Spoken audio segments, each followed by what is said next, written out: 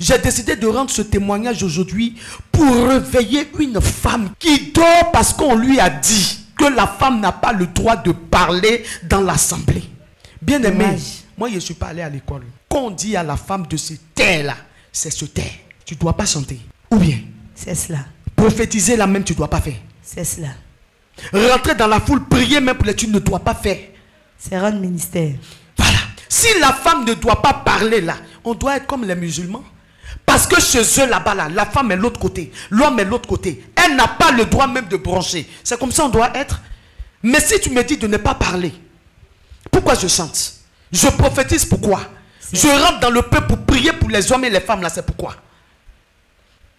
Et tant que je n'ai pas prophétisé là, toi l'homme de Dieu, tu es troublé. Bien aimé, ce que je suis en train de dire là, ça peut déranger quelqu'un. Voilà. Expliquez-nous. Oui, ça peut déranger quelqu'un qui dit que la femme doit se taire. Ça peut déranger quelqu'un. Mais moi, je sais de quoi je parle. Prêcher en réalité, qu'est-ce que c'est?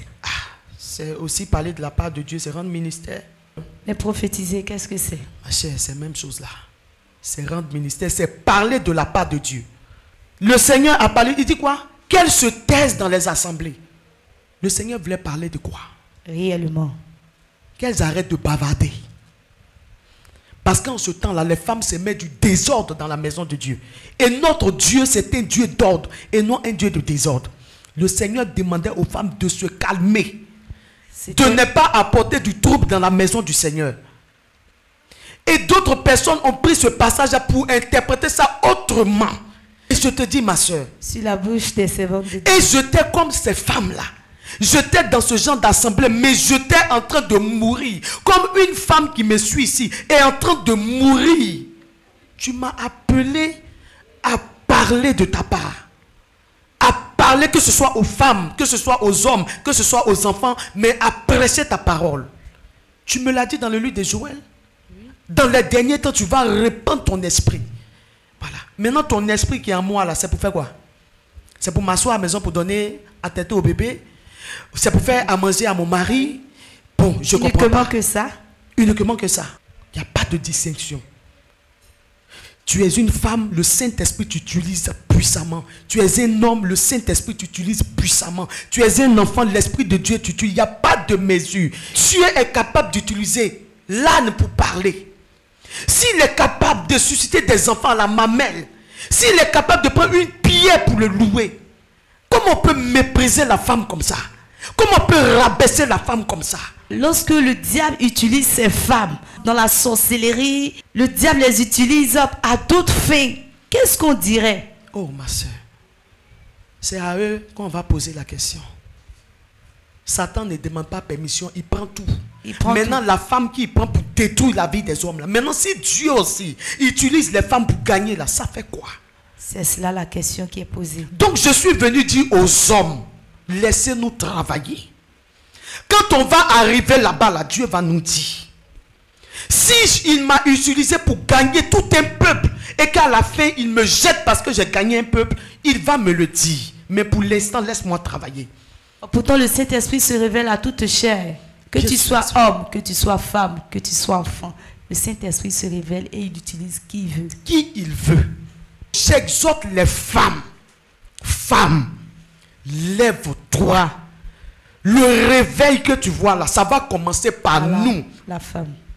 Si toi tu dors, non mon mari, je vais m'instruire auprès de mon mari. Ton mari il est sous là, il est encore à la maison. Il ne connaît pas encore Jésus. Ta famille, ta région, ton pays a besoin de toi, femme. A besoin de toi, tu fais quoi? Ton mari n'a pas encore Christ. Donc tant qu'il ne t'a pas instruit, donc tu es là. Franchement, l'Esprit de Dieu parle à une femme. Toi qui dors, réveille-toi comme Ésaïe 60 le dit. Ta lumière arrive. Dieu veut aussi t'utiliser pour gagner. Bien-aimé, comme je l'ai dit, nous sommes à la fin des temps. Nous ne sommes plus au temps. Toi a dit, moi a dit, femme ne doit pas faire ça. Femme. Quand le diable utilise les femmes dans la prostitution, vous ne parlez pas. C'est ça là que vous voulez? Mais si Dieu utilise une femme pour gagner des âmes, et ça, non, elle n'a pas le droit de le faire. Pourquoi? Moi, je vais continuer de prêcher la parole du Seigneur. Tant que les âmes sont gagnées, allez, à nous aller, on s'en va. En réalité, lorsque vous êtes venus aussi pour votre délivrance, comment ça se faisait? Quand les femmes prient, qu'est-ce qui se passait réellement? Est-ce que le Saint-Esprit n'agissait pas ou n'agit pas lorsque elles ordonnaient aux esprits, par le Saint-Esprit, de libérer les corps? Qu'est-ce qui se passait? C'était très puissant, ma soeur. Quand elle leur donne au nom de Jésus, l'Esprit de Dieu fait. Il ne dit pas que comme c'est une femme qui est là, je ne fais pas. Et d'autres disent, non, Dieu va t'utiliser comme ça, mais c'est quand tu vas mourir, là, toi tu penses que Dieu là, tes pensées là sont les pensées de Dieu? Tu te trompes. Voilà, tu vas rendre compte à Dieu. Tu vas rendre compte à Dieu. Tous ces dons qu'il a déposés en toi, qu'est-ce que tu as fait de ça? Ou qu'est-ce que tu fais de ça? Tu prends ces dons-là pour donner à téter au bébé. Tu prends ces dons-là pour manger et t'asseoir, grossir dans la maison. Tu fais quoi de ce don que Dieu t'a donné? Les âmes se meurent. Et les âmes se meurent. Tu as quitté ton poste. Dieu a dit à Habakkuk, sois à ton poste. Où es-tu, femme? Où es-tu, femme? De là où tu es, le témoignage là te trouve depuis ta position. Où es-tu, femme? Nous sommes à la fin des temps. Dans le livre de Joël, le Seigneur a dit qu'à la fin des temps, il va répandre son esprit sur les hommes. Non. Sur toute chair. Je suis pas allé à l'école, je signale encore. Sur toute chair, là, ça veut dire quoi? Maintenant, le Saint-Esprit que j'ai reçu, là, c'est pour faire quoi? Moi, je veux qu'on m'explique ça. Je suis venu pour que tu reprennes ta place auprès de moi, car j'ai pour toi un amour suprême, je t'aime. Shalom, shalom, peuple de Dieu, bien-aimés dans le Seigneur. Nous sommes très heureux de vous retrouver en ce jour, sur ce temps d'antenne, pour cette émission du jour, mon témoignage. Nous recevons sur ce plateau l'évangéliste prophétesse Rebecca Gallo, à qui le Seigneur a bien voulu faire la grâce de vous rendre une partie de son témoignage en ce jour.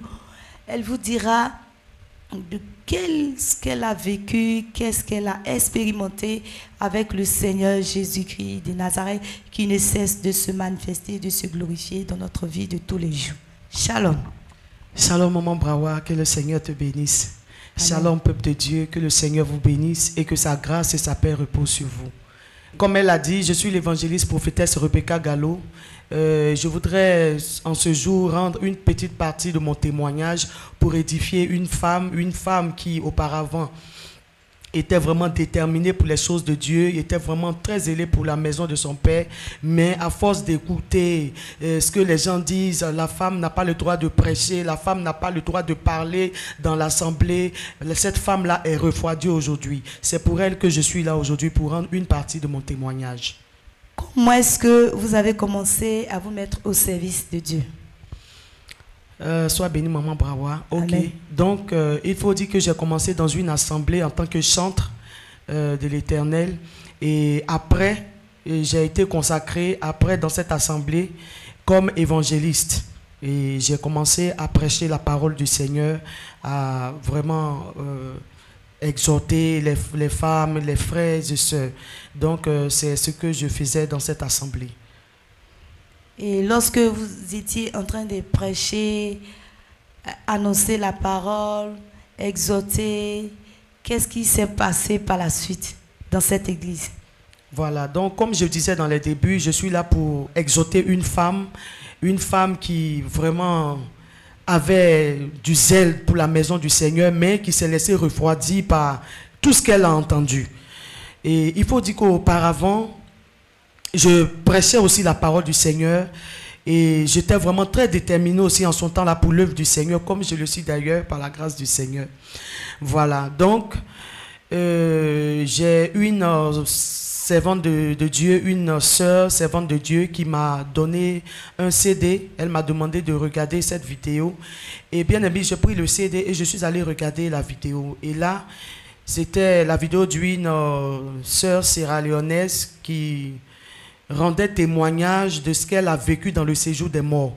Voilà, et elle a dit que le Seigneur lui a demandé de dire aux femmes de se dépouiller de tout ce qui est mèches et bijoux, tout ça.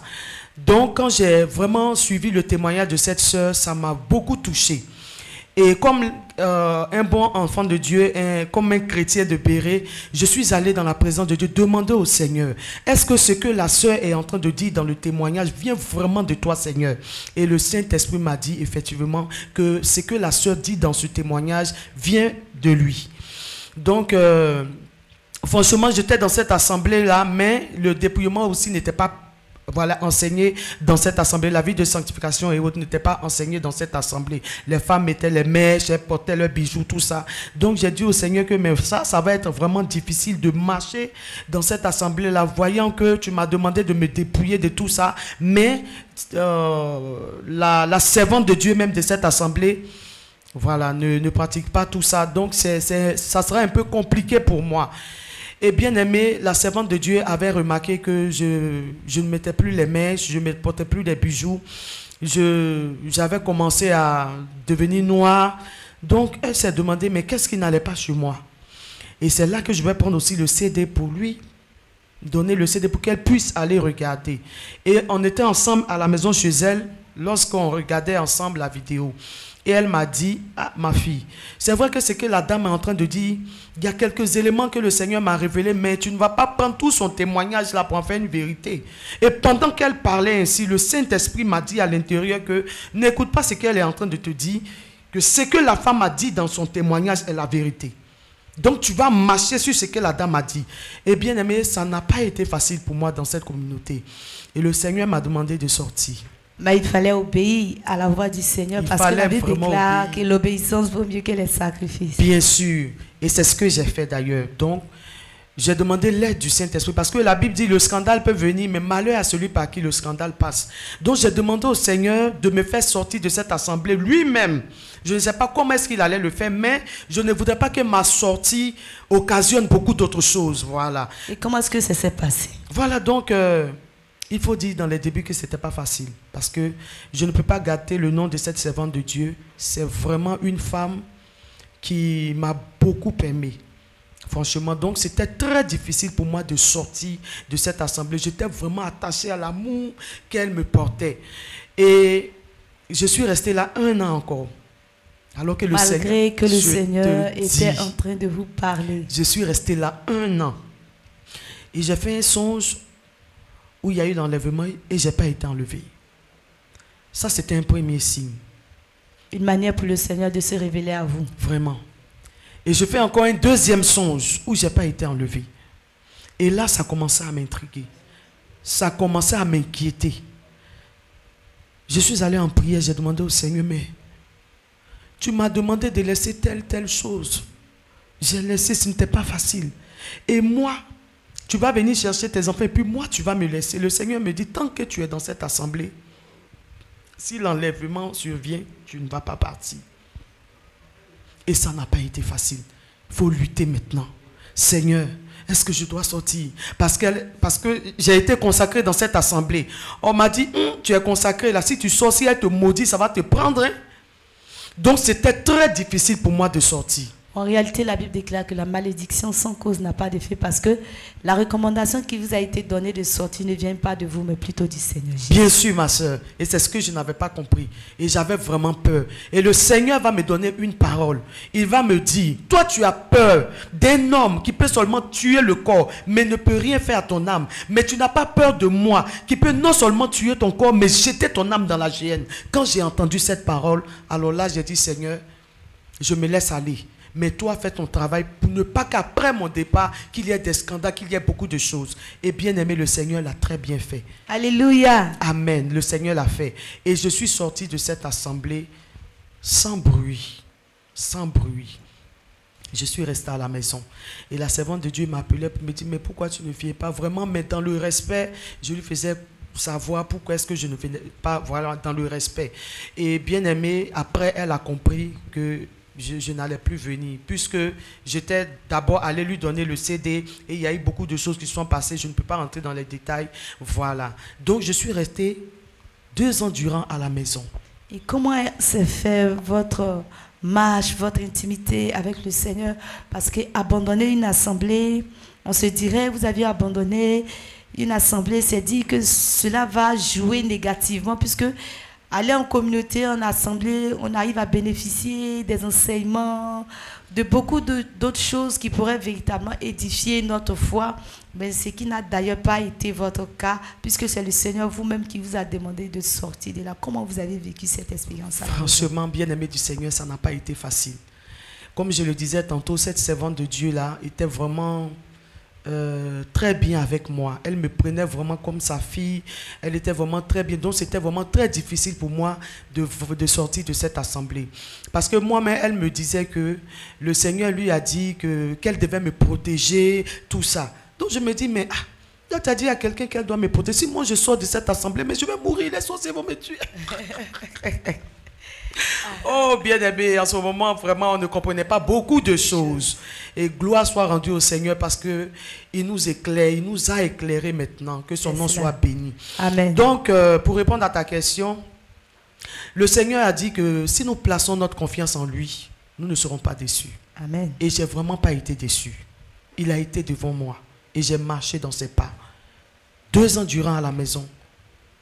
Sans, comme on le disait avant, sans ta mère spirituelle pour te coacher, ça n'a pas été facile. C'était le Seigneur, le Saint-Esprit lui-même qui faisait son œuvre en moi. Il me demandait de rester attaché à sa parole. Et je méditais la parole du Seigneur à la maison. Il me disait de noter tout ce qu'il me disait au travers de sa parole. Et bien aimé, c'est comme ça que je marchais avec le Seigneur.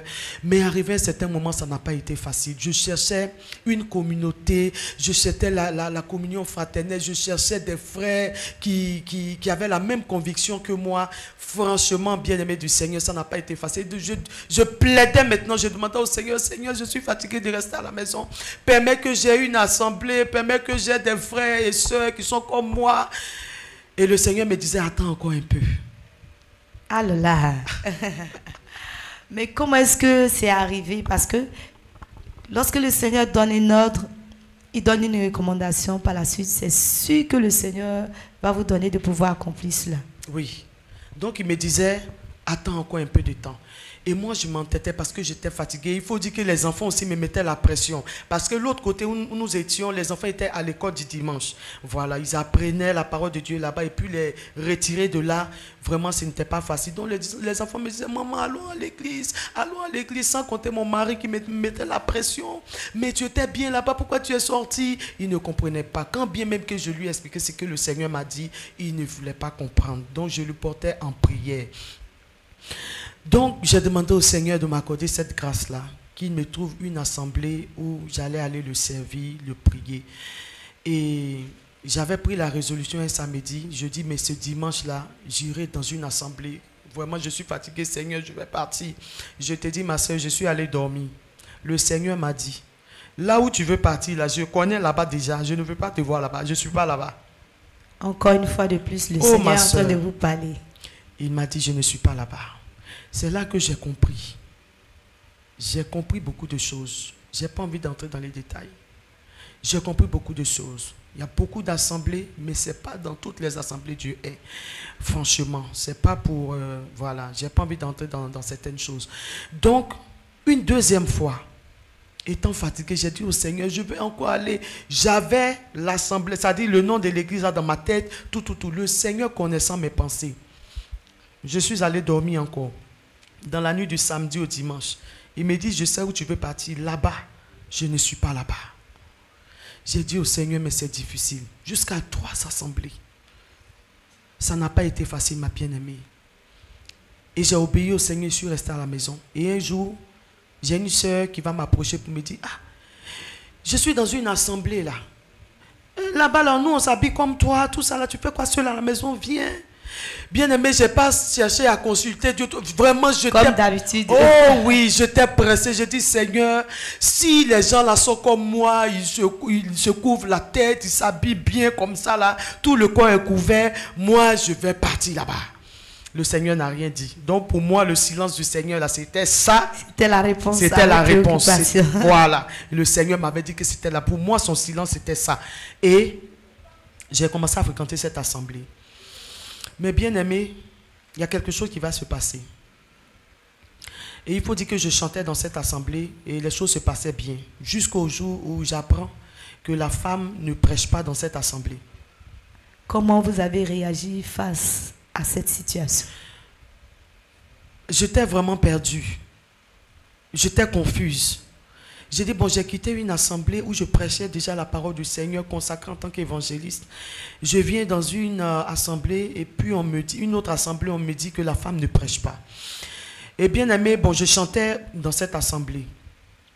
Et un peu, j'ai approché l'homme de Dieu pour lui demander, mais pourquoi la femme ne prêche pas? Il me dit que c'est écrit blanc sur noir, la femme n'a pas le droit de prêcher tout ça. Mais dans cette assemblée, nous on chantait, sa femme prophétisait, elle faisait même souvent le mouvement d'esprit, elle rentrait dans le peuple pour prier, que ce soit pour les femmes, pour des hommes. Donc, moi je me demandais, mais si on dit la femme ne prêche pas, pourquoi sa femme fait tout ça? Pourquoi elle prophétise? Pourquoi elle prie pour des gens? Elle descend dans le peuple, elle prie. Bon, c'était un peu bizarre pour moi. Quand on vous entend parler, on réalise qu'elle est en train d'exercer un ministère. Oui, elle rendait un ministère. Elle rendait un ministère. Le Saint-Esprit l'utilisait pour rendre un ministère très puissant. Mais franchement, c'était une femme remplie du Saint-Esprit, une femme de feu. Quand elle est en train de prier comme ça, mais dis donc. Et vraiment, j'aimais la manière dont le Saint-Esprit travaillait avec cette femme. Mais la seule chose qu'on lui disait, de ne pas prêcher. Prêcher en réalité, qu'est-ce que c'est? C'est aussi parler de la part de Dieu, c'est rendre ministère. Donc elle n'avait pas le droit de prendre la Bible, aller sur la chaise prêcher, mais elle pouvait prophétiser, elle pouvait rentrer dans la foule, prier pour les hommes, prier pour les femmes, tout ça. Donc, mais prophétiser, qu'est-ce que c'est? Ma chère, c'est la même chose là. C'est rendre ministère, c'est parler de la part de Dieu. Voilà. Donc, on poursuit. Je demande au Seigneur, si tu m'avais dit qu'ici, là, c'était comme ça, mais je n'allais pas, moi. Tu m'as appelé à parler de ta part. À parler, que ce soit aux femmes, que ce soit aux hommes, que ce soit aux enfants, mais à prêcher ta parole.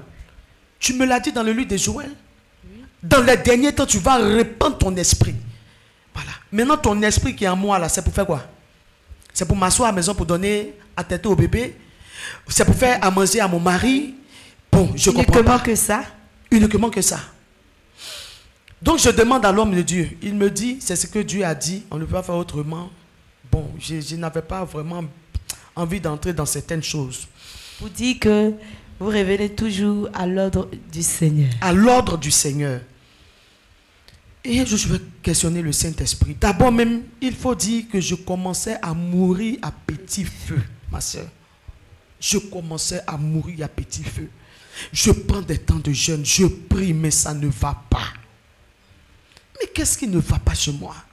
C'est moi qui ai un problème, il y a quelque chose. Dieu aussi ne me dit rien. En réalité, le Seigneur s'était révélé à vous. Parce que lorsque vous étiez en train de parler dans l'entame, vous avez dit que le Seigneur vous a défendu d'aller dans les différentes communautés. Oui. Vous avez vous-même voulu y aller. Oui. Et par la suite, lorsque vous êtes allé encore dans cette communauté, vous n'avez pas en réalité cherché encore Je n'ai pas cherché la face du Seigneur parce que je t'ai dit que je soupirais même. Ça dit que je cherchais une assemblée où des gens étaient comme moi, où les femmes s'habillaient comme moi, se voilaient, se couvraient. C'est cette assemblée que je cherchais. Maintenant, quelqu'un vient te dire que dans tel coin là, mais bien aimé, je saute sur l'occasion. Je n'ai même pas cherché à savoir. Il fallait encore. Bien sûr. Et en toute chose, il faut demander d'abord au Seigneur. Toujours prier. Voilà. Donc, je me suis jeté dedans. Et par la suite, comme je disais, je mourais à petit feu. Je sentais que les dons s'éteignaient. Mais je continuais de chanter dans cette assemblée. Et quand l'homme de Dieu avait des programmes un peu partout, je l'accompagnais pour chanter. Mais je sentais qu'il y a quelque chose qui n'allait pas. Mais en réalité, vous n'étiez pas à votre poste. Je n'étais pas à mon poste. Je n'étais pas à mon poste. Et je vais tomber enceinte. Et après mon accouchement, l'enfant a 3 mois. 3 mois après, j'entends le Seigneur me dire de sortir. Le Seigneur vous parle encore à nouveau. Oui. Maintenant, de sortir pour aller où? Il faut dire que j'avais déjà fréquenté l'église armée de prière. Ça dit que j'étais dans l'assemblée là où la femme ne prêchait pas, mais j'avais connu l'église armée des prières. Puisque Comment est-ce que vous avez connu l'église armée des prières? je suivais les témoignages des jeunes sœurs sur le YouTube, le témoignage de la sœur Nadia, qui est aujourd'hui la prophétesse Esther. Voilà, donc je suivais son témoignage et le témoignage de certaines sœurs aussi. Donc j'ai dit, bon, là-bas, les femmes prêchent. Voilà, le Saint-Esprit utilise puissamment les femmes. Donc, je suis venu dans cette assemblée et je suis passé par une délivrance dans cette assemblée. Et quand j'ai fini, l'homme de Dieu m'a dit, tu fais quoi dans l'église, tout ça. Je dis, je chante. Il dit, avec un tel feu, avec une telle puissance, c'est pas chanter seulement. Il y a quelque chose que Dieu a mis en toi que tu dois déployer. Bien-aimé, et je l'ai fui. J'ai fui l'homme de Dieu parce que pour moi, la femme ne doit pas prêcher. On m'a déjà enseigné ça là-bas, tout. Donc, j'ai quitté l'église armée de prière. Je suis retourné dans cette assemblée. Et après l'accouchement, le Seigneur va me dire, retourne. Et comment est-ce que vous avez réagi encore quand il vous a dit retourne? Non, cette fois-ci, je n'ai pas cherché. Tu sais, quand Dieu parle, ça dit que sa parole est accompagnée d'une conviction, d'une puissance. Il y a quelque chose qui soutient la parole de Dieu. La puissance de Dieu soutient sa parole. Donc là, je n'ai pas vraiment raisonné. J'ai dit au Seigneur, il n'y a pas de problème. Convainc-moi encore. Dis-moi quelque chose. L'homme est incrédule. Dis-moi quelque chose, Seigneur. Le Seigneur m'a dit, retourne. Et bien aimé, sans savoir pourquoi est-ce que le Seigneur m'a demandé de retourner, j'obéis. Le dimanche, je viens ici à l'église armée des prières. Et ce jour-là, c'est la consécration des prophétesses. C'était la consécration des prophétesses. Et le docteur Aipo devait prêcher. Et le thème de sa prédication, c'était le ministère de la femme. Ah là là, Dieu parle. Et je bénis le nom du Seigneur pour la vie de cet homme de Dieu, le docteur Aipo, qui a vraiment, par cette prédication, le Saint-Esprit à travers lui a touché mon cœur. Pour me dire que j'ai quitté, vraiment, j'ai quitté la voie du Seigneur. Bien aimé, ce que je suis en train de dire là, ça peut déranger quelqu'un. Voilà. Expliquez-nous. Oui, ça peut déranger quelqu'un qui dit que la femme doit se taire. Ça peut déranger quelqu'un. Mais moi, je sais de quoi je parle. Quelles sont les raisons qui pourraient nous emmener à comprendre ce passage de la Bible qui prétend pour certains que la femme ne devrait pas prêcher? Je vais y revenir, ma soeur. Je vais y revenir.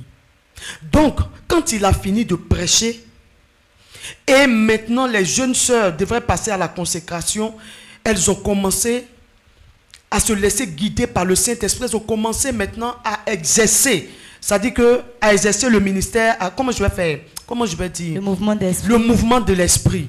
Le Saint-Esprit a utilisé ces femmes-là, mais de façon extraordinaire. J'ai été vraiment touché. J'ai été épaté. J'étais assis sur ma chaise, je regardais. Mais dis donc, des femmes que Dieu utilise comme ça. Et j'ai commencé à me remettre en cause. J'ai dit, mais aïe.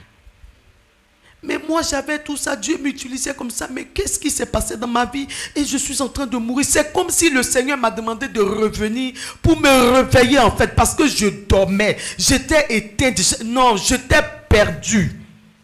J'étais vraiment perdu. On m'a fermé la bouche. On dit, toi là, tu ne dois pas parler ici, tais-toi, chante. Bien que chanter le Seigneur, c'est une bonne chose. Oui. Voilà, c'est pas mauvais.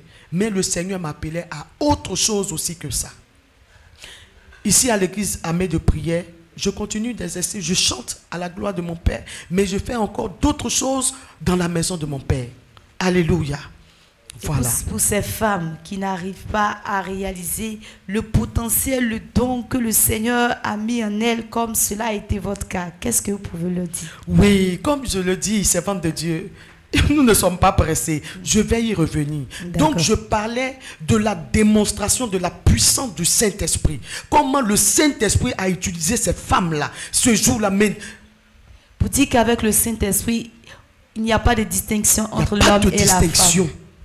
Il n'y a pas de distinction. Tu es une femme, le Saint-Esprit t'utilise puissamment. Tu es un homme, le Saint-Esprit t'utilise puissamment. Tu es un enfant, l'Esprit de Dieu t'utilise. Il n'y a pas de mesure.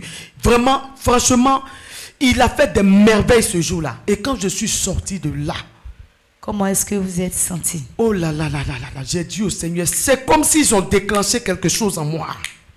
J'ai dit à mon mari, je retourne là-bas. Alléluia. Voilà. Je retourne rencontrer l'homme de Dieu. Et je retourne répondre encore à nouveau à mon appel. Et je suis venu, j'ai rencontré l'homme de Dieu, on a échangé. Et bien aimé, j'ai repris ce que j'avais laissé auparavant. Parce que de là où vous étiez, vous n'avez pas encore eu à faire ce que le Seigneur vous demandait réellement, répondre Bien sûr. à votre appel. Bien sûr. Et j'ai répondu à mon appel à l'église armée de prière et de délivrance en Jésus-Christ. Bien aimé, mon âme vit. Alléluia. Et le feu qui était éteint s'est rallumé. Alléluia. Et j'ai découvert que le Seigneur a mis des dons. Des choses même que je ne pouvais pas imaginer. Bien aimé du Seigneur. Alors pourquoi j'ai décidé de rendre ce témoignage? J'ai décidé de rendre ce témoignage aujourd'hui pour réveiller une femme qui dort. Qui dort parce qu'on lui a dit que la femme n'a pas le droit de parler dans l'assemblée. Bien aimé, moi je ne suis pas allé à l'école. Quand on dit à la femme de se taire là, c'est se taire. Tu ne dois pas chanter. Ou bien, c'est cela. Prophétiser là même, tu ne dois pas faire. C'est cela. Rentrer dans la foule, prier même pour les, tu ne dois pas faire. C'est rendre ministère. Voilà. Donc, le Seigneur a parlé, il dit quoi? Qu'elle se taise dans les assemblées.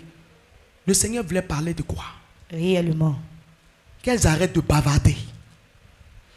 Parce qu'en ce temps-là, les femmes se mettent du désordre dans la maison de Dieu. Et notre Dieu, c'est un Dieu d'ordre et non un Dieu de désordre. Le Seigneur demandait aux femmes de se calmer. De ne pas apporter du trouble dans la maison du Seigneur. Et d'autres personnes ont pris ce passage pour interpréter ça autrement. Et ont mis, je ne sais pas comment je vais dire là, ils ont mis quoi? Un cadenas ou bien je ne sais pas quoi. Un museau. Mais je te dis ma soeur. Sur la bouche des servantes de Dieu. Et j'étais comme ces femmes-là. J'étais dans ce genre d'assemblée, mais j'étais en train de mourir. Comme une femme qui me suit ici est en train de mourir. Elle est carrément à plat, elle est éteinte. Qu'est-ce qu'elle dira au jour du jugement? Qu'est-ce qu'elle dira à Dieu? Non Seigneur, le don que tu as mis en moi là, j'ai déposé ça dans une banque. Comme je sais que tu es dur, tu ne veux pas que les femmes prêchent, donc j'ai déposé ça. Le Seigneur, non, il a dit quoi? Il a enterré ce don là. Ok, bien aimé, tu vas rendre compte à Dieu. Tu vas rendre compte à Dieu. Tous ces dons qu'il a déposés en toi, qu'est-ce que tu as fait de ça? Ou qu'est-ce que tu fais de ça? Tu prends ces dons là pour donner à téter au bébé. Tu prends ces dons là pour manger et t'asseoir, grossir dans la maison. Tu fais quoi de ce don que Dieu t'a donné? Les âmes se meurent. Et les âmes se meurent. Tu as quitté ton poste. Dieu a dit à Habakkuk, sois à ton poste. Où es-tu, femme? Où es-tu, femme? De là où tu es, le témoignage là te trouve depuis ta position. Où es-tu, femme? Nous sommes à la fin des temps. Dans le livre de Joël, le Seigneur a dit qu'à la fin des temps, il va répandre son esprit sur les hommes. Non. Sur toute chair. Je suis pas allé à l'école, je signale encore. Sur toute chair, là, ça veut dire quoi? Maintenant, le Saint-Esprit que j'ai reçu, là, c'est pour faire quoi? Moi, je veux qu'on m'explique ça. Parce que tout le temps, ça revient. Puisque moi je suis quelque part là-bas, là, j'essaie d'exhorter un peu les femmes et les hommes, en tout cas tout le monde, sur une page quelque part là-bas. Et des hommes m'écrivent pour me dire, tu dois te taire, tu dois fermer ta bouche, la femme ne doit pas parler. Là, ça devient quoi? Si la femme ne doit pas parler là, on doit être comme les musulmans. Parce que chez eux là-bas, là, la femme est de l'autre côté, l'homme est de l'autre côté. Elle n'a pas le droit même de broncher. C'est comme ça on doit être. Mais si tu me dis de ne pas parler, pourquoi je chante? Je prophétise pourquoi? Je rentre dans le peuple pour prier pour les hommes et les femmes là, c'est pourquoi? Et tant que je n'ai pas prophétisé là, toi l'homme de Dieu, tu es troublé. Une question. Lorsque vous étiez venu à l'église armée de prière et le Saint-Esprit utilisait ces femmes, qu'est-ce qui se passait réellement? Est-ce la puissance? C'est la puissance de Dieu qui se manifestait? Et on pourrait dire à la femme de ne pas prêcher, de ne pas rendre ministère. C'est Et la ces puissance. âmes qui se meurent, ces âmes qui sont oppressées. C'est la puissance de Dieu qui se manifestait à travers ces femmes. Et je voyais dans l'assemblée des... Je ne sais pas comment je vais décrire cette scène. C'est que mes yeux ont vu ce jour-là. Ça ne s'explique pas. Ça se vit. Bien aimé, il faut venir. Toi qui dis que femme ne prêche pas là, viens un dimanche, tu vas voir. C'est que le Saint-Esprit est capable de faire dans la vie d'une femme. Si Dieu est capable d'utiliser l'âne pour parler, s'il est capable de susciter des enfants à la mamelle, s'il est capable de prendre une pierre pour le louer, comment on peut mépriser la femme comme ça? Comment on peut rabaisser la femme comme ça? Et je dirais d'ailleurs, lorsque le diable utilise ces femmes dans la sorcellerie, le diable les utilise à d'autres fins. Qu'est-ce qu'on dirait? Oh ma soeur, c'est à eux qu'on va poser la question. Satan ne demande pas permission, il prend tout. Maintenant, la femme qui prend pour détruire la vie des hommes, là. Maintenant, si Dieu aussi utilise les femmes pour gagner, là, ça fait quoi? C'est cela la question qui est posée. Donc, je suis venu dire aux hommes, laissez-nous travailler. Quand on va arriver là-bas, là, Dieu va nous dire, si il m'a utilisé pour gagner tout un peuple, et qu'à la fin, il me jette parce que j'ai gagné un peuple, il va me le dire. Mais pour l'instant, laisse-moi travailler. Pourtant, le Saint-Esprit se révèle à toute chair. Que tu sois homme, que tu sois femme, que tu sois enfant. Le Saint-Esprit se révèle et il utilise qui il veut. Qui il veut. Donc c'est de ça qu'il s'agit, ma soeur. Donc toi qui dors, réveille-toi comme Ésaïe 60 le dit. Ta lumière arrive. Dieu veut aussi t'utiliser pour gagner. Bien-aimé, comme je l'ai dit, nous sommes à la fin des temps. Nous ne sommes plus autant. Toi a dit, moi a dit, femme ne doit pas faire ça. Femme. Quand le diable utilise les femmes dans la prostitution, vous ne parlez pas. C'est ça là que vous voulez?